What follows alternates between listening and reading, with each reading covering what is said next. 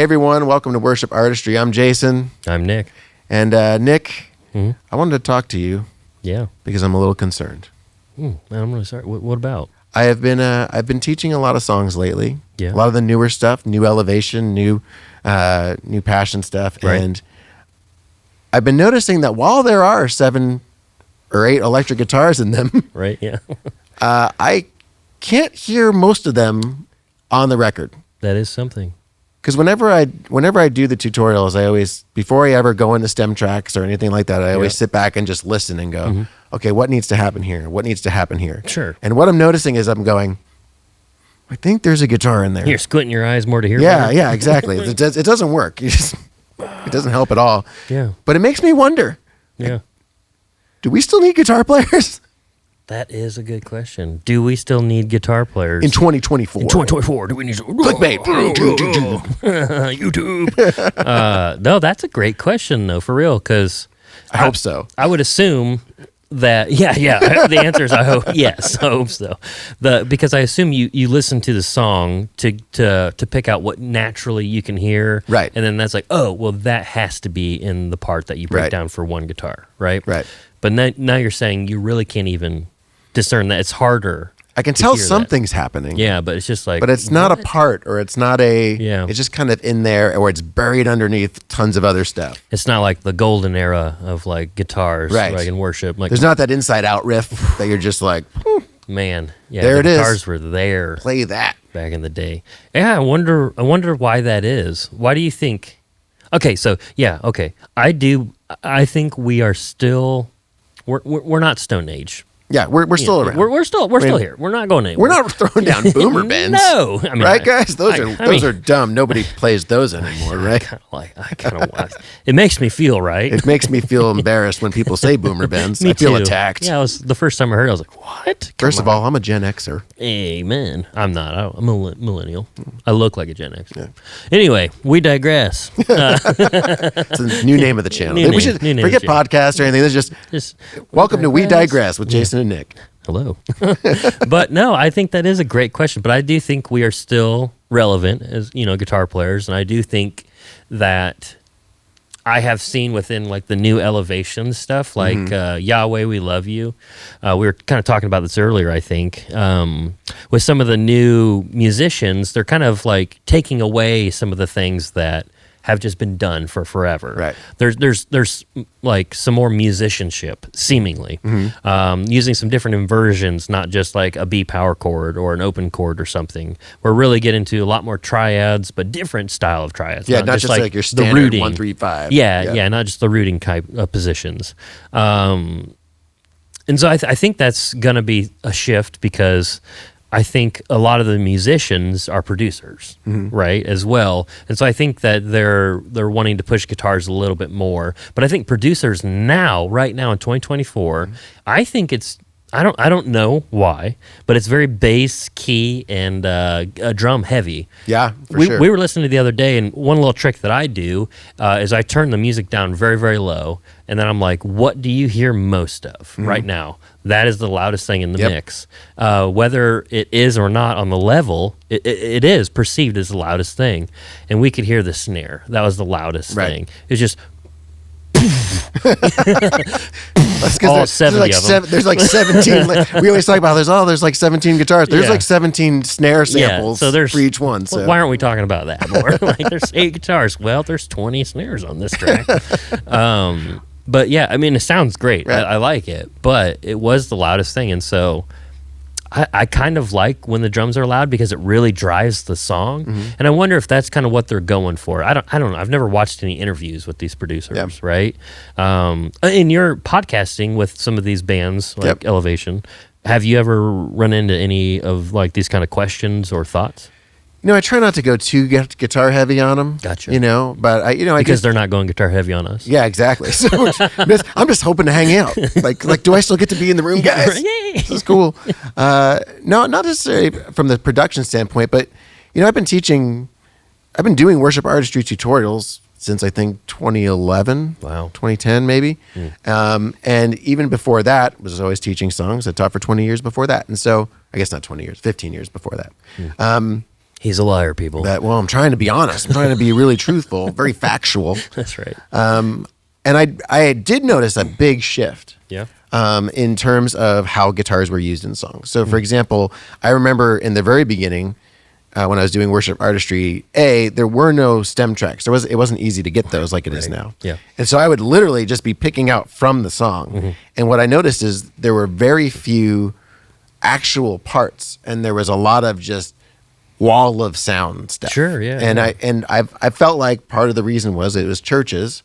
And at the time, churches weren't big producers, right? Yeah. And so it was just like, we got to sound big. Everyone go like this. Yeah. And I'd be sitting there trying to pick stuff out of that. It's just like, oh my gosh. Wow. It was very difficult. And I noticed a shift, and I actually noticed the shift with Bethel. Okay. Because they were very much that way. And I forget what album it was. I think they were all standing in the ocean. That was on the cover, Yeah, I think. that was a great album. It was a cool cover. Yeah. But I noticed that they started really creating parts. Huh. And I was so relieved. Sure, Because yeah. I was like, oh, great. This one stands out here and this one stands out here. And it became a lot more fun than trying to teach something from a wall of sound. Right, yeah, it makes sense. But now I'm noticing that shift again. And I'm looking at these songs and I'm going, I see the stem tracks. You know, I just taught another one by Elevation, and we don't need to all pick on Elevation, but it's a cool song. Yeah, but I was listening to it and I hear this riff on the bridge, and I'm like, I can kind of hear it I can tell the guitar is doing something. Sure, yeah. I can't quite tell what. Yeah. So then I go to the stem track and I'm like, that's an awesome riff. Yeah. And so when I play that and it's higher in the mix, I'm like, that sounds amazing. So cool. Yeah. But you could barely hear it. And I do see that shift happening where it's like, it's bigger drums, bigger bass, bigger keys. Yeah. And I noticed a lot of the electric guitars are actually following what the keyboards are doing. They're like just doubling Sure, yeah. parts, which if you have a small band is great because you're not having to find 20 parts. You're just like, you both learn the same part. So either one can be there. It's pretty cool. Yeah. But I have just noticed a big shift in that. And I think it's in the mixing. The thing is, there's still 7 guitars on the track. Exactly. So what are they even doing? But yeah, where are they? Like, are they hanging out somewhere else? They don't know this is the song we're supposed to be on? Like, I mean, they're all doing lots of stuff, Yeah, it is funny to solo those individual tracks and really, wow, why didn't they choose to push that further? Right. Like, 'cause there's some really, people say worship music is boring, right? That's another They do say it. That's a whole nother conversation. whole nother We're going thing. to talk about that. We're going to talk about that. Just you buckle up. Because I think it's the worst. It's the most boringest. But like, I think right now the problem of worship music being boring, we don't really hear things. Right. There's tones. There's like some really cool synth things, do do do do, and all this other things, and the bass is doing cool stuff, the drums are doing cool things. Really great musicianship is happening all the way around. Right. But we're not hearing it all the way around, in my opinion. It's just, it's lacking. And so for me as a guitarist, I really do think, now that I'm really thinking about it, it's not like I wake up thinking about, man, God, I just want to be heard more in the mix, But now that I'm thinking about it right now, it's like, I think it's boring probably because for guitar players especially, we can't hear us. We're gone. Yeah. It's like, man, okay, cool. Well, if I play an E flat in the key of E, will you hear me? No. All right, well, I'm going to do that then. It's almost like being the band playing for a restaurant and there's nobody there and you're like, this is just paid practice. Yeah, exactly. I can do whatever I want. It doesn't matter. But I'm not getting paid on Sunday to be there. True. But yeah, I wonder if it's kind of boring to people or considered boring because the parts are just really buried. But when you solo them out, they're so cool. Oh, they're so cool. They are. And I think part of it is if you remove those from the recording, you're going to know that too. Oh, yeah, definitely. All of a sudden you're like, what's missing? There's like a bunch. Big holes here, you know? Yeah, sure, definitely. So I think some of it is just because the other instruments are kind of more taking the lead on that, guitar players just end up filling more space. Whereas we used to be like, guitar riff, and here's the next guitar riff, Yeah. So I think there's some of that in there too. Let me ask you this: do you think it's important to be heard? I do. Yeah. I do. Yeah. But as everybody says, I want to serve the song. Right. So it's not the Nick show, right? Right. I'm worshiping the Lord. It's like we're supposed to be a band, and I think that's the golden rule, right? I'm here to support the band, and I want to do what the band can do, not just like, all right, Nicky Van Halen over here. I like that. I don't need to be doing. I feel a new character coming on. What's up, everybody? Oh, it's Nicky Van. But like, I don't need to be doing all of what I can be doing, right? Just to be doing it.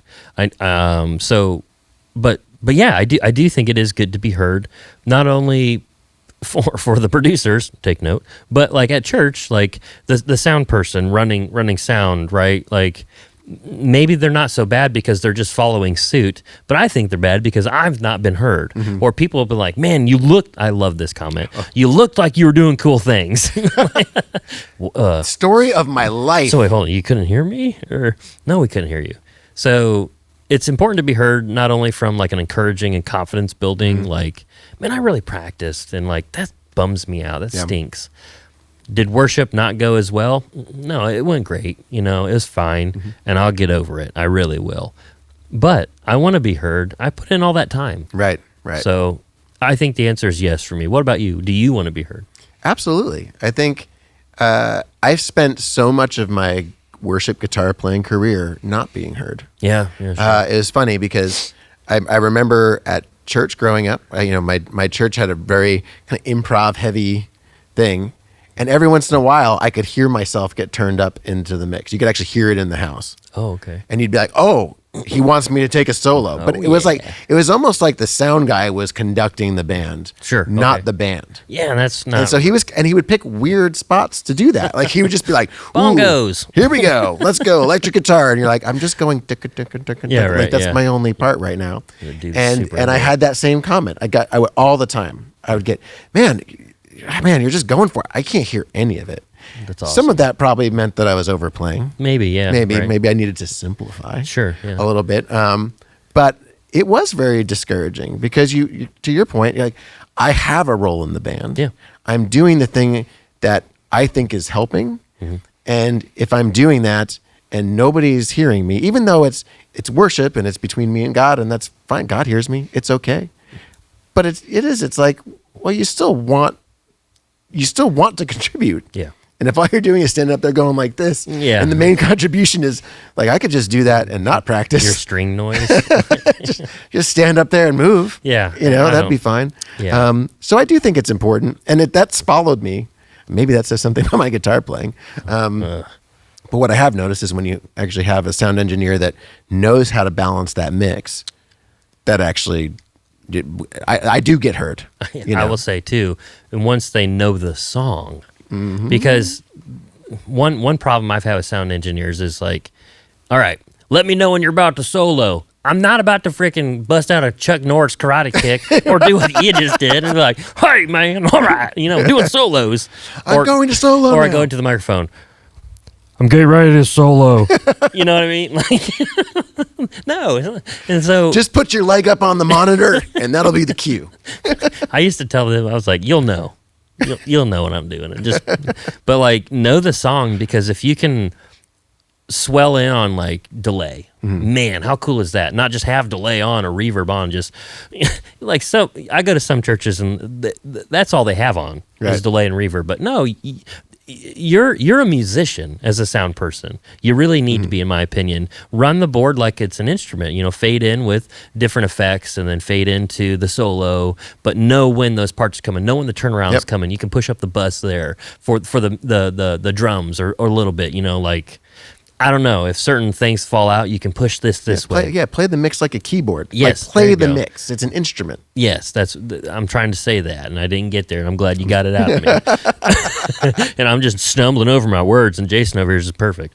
But like, do that. Play. What'd you say?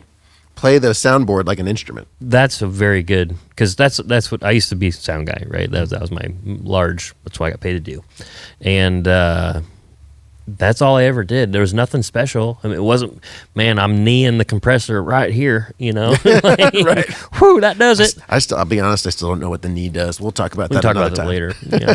But, I think we get bored with worship really because we're not really heard, and then live we think the sound people are bad, but really are they? Probably in some instances, but in some of them I think they're following suit with what is normal right now. Right, what they hear. Because I was telling you a story. I'm sorry if you were about to say something. A few years ago when I was running sound, there was an older gentleman. He would always tell me that the bass was too loud, and I was just like, no, it's perfect. And I ran sound back in the 70s and 80s and yada yada, and so I started listening to that music, and yeah, there was no bass in that music, and so that's how he knew how to run sound. Nowadays it's very forward, and so that's how I was running it, because I think that's what people expect. Right. And so as a musician then, on the flip side of that, well, because I'm a guitar player, I would make sure the guitars were hotter. So, but when other people would do it, they maybe wouldn't. And so it's like, man, I'm not being heard, and that really stinks. So then as a guitar player, when we think about how we approach songs, we do have to recognize that there is this sound, right? Yes. If that's what we're going for. Right. We still have a role to play. There's, like I said, there's still 7 guitars in this song. Right. Yep. Right. And if you take them away, you do feel it. Yes, definitely. Right? And so I think huge hole. Right. Yeah, exactly. And so I still think it's very important to arrange things that fit. Here's the other thing. When you listen to a worship song, just like there's 7 electric guitars, there's also like 7 keyboards. Right. And then there's the million samples of drums. And Yes. there's all those things. Here's the thing. Most churches don't actually use those, don't have that band. That's true. Yeah. You know, the majority of churches don't. And so what I find is that when you start stripping that stuff back because you only have 1 keyboard, and when you have only 1 electric guitar, all of a sudden those parts really start to matter again. Correct. Yeah. They're not, they don't disappear. They are very important. Right. And they help the song become what it is. And it is interesting because on Worship Artistry, we always arrange songs that way. We always say like, okay, you've got 1 keyboard, 1 drum, 1 bass, 1 electric, 1 acoustic. Right. It blows my mind how full that sounds when we take that mix and we make practice mixes out of all of it so you can practice along and everything. I'm like, this sounds great. Right. Yeah, it does. Because everybody is still playing an important role. Yes. And so I think it's important to not get discouraged when you see what's out there. Yep. Because there are cool parts in there. And if you play those parts, it's going to sound great. I think the main thing is to recognize that you do have a role. There you go. That's good. Yep. And no matter what the song sounds like, there are interesting parts there to play. Correct. And if you actually take the time, you were like, "Hey, it's not boring." I'll tell guitar players what I tell my kids. You know, if they say to me, "Dad, I'm bored," my answer is, "That's because you're boring." Ooh, whew. Man, my toes. Don't. They hurt. You just stepped on them, man. Just saying, like, you know, if you're sitting there listening to this and going, "Man, this is just so boring," Yeah. it's like, well, use your creativity, Sure. Yep. to do something else, Correct. and to take it somewhere. And as somebody who teaches all these tutorials, I can tell you, they're not all boring. Correct. It is a lot of work to get through one of those songs and to play them the way that we teach them. But man, it's really rewarding, Right. Yeah. and not boring when you're actually playing it and you're just locked in and you're like, this is a whole new level of stuff. One thing I've found, and this is the last thought from me, one thing I have found about the boring thing and just like learning the song is I have used the words, "Man, this is just so boring," when I can't figure it out. Oh, Does that make sense? Oh, Like, yeah. Whew, hold on, buddy. Buckle up. Here we go. Pastor Nick's in the house. Truth bombs. But for real, it's like take a little bit extra time and actually learn the song. Yeah. Maybe take a break, actually. Step away from the song, come back to it, and really learn the song. It's not boring after all because you're playing along to it and you're having fun with it because you're sounding cohesive. You're not sounding abrasive to the song. Right. Man, they played the wrong parts. That's the record. You're playing the wrong parts. You're adding things that just aren't good. Right. So learn the song first, learn those parts. And if you want to change it, once you know it, go ahead and do that. 100%. But man, don't call it boring because you don't understand Right. it. Because you're just playing the same thing you play in every song. Yes. And you can't figure out what's going on in the rest of this song. Or you're Man, just I'm like, so I'll bored. just do this. Yeah. That has been, to me, that is the death knell to being a worship musician is, Right. oh, I'll just throw on these effects and I'll just play this thing all the time. And yeah, that is incredibly boring. Yes. But actually learning the parts, and there's stuff that I still, like, I mean, I've been teaching, I'm We're almost up to 700 songs. Yep, right at it. Almost. And I still get parts I'm like, ooh, what chord is that? Oh, wow, Ooh, that's yeah. kind of interesting. That's a neat inversion. I'm going to use that on this other song. You know, Exactly. there's always more to learn. So don't be boring. Yeah, don't be boring.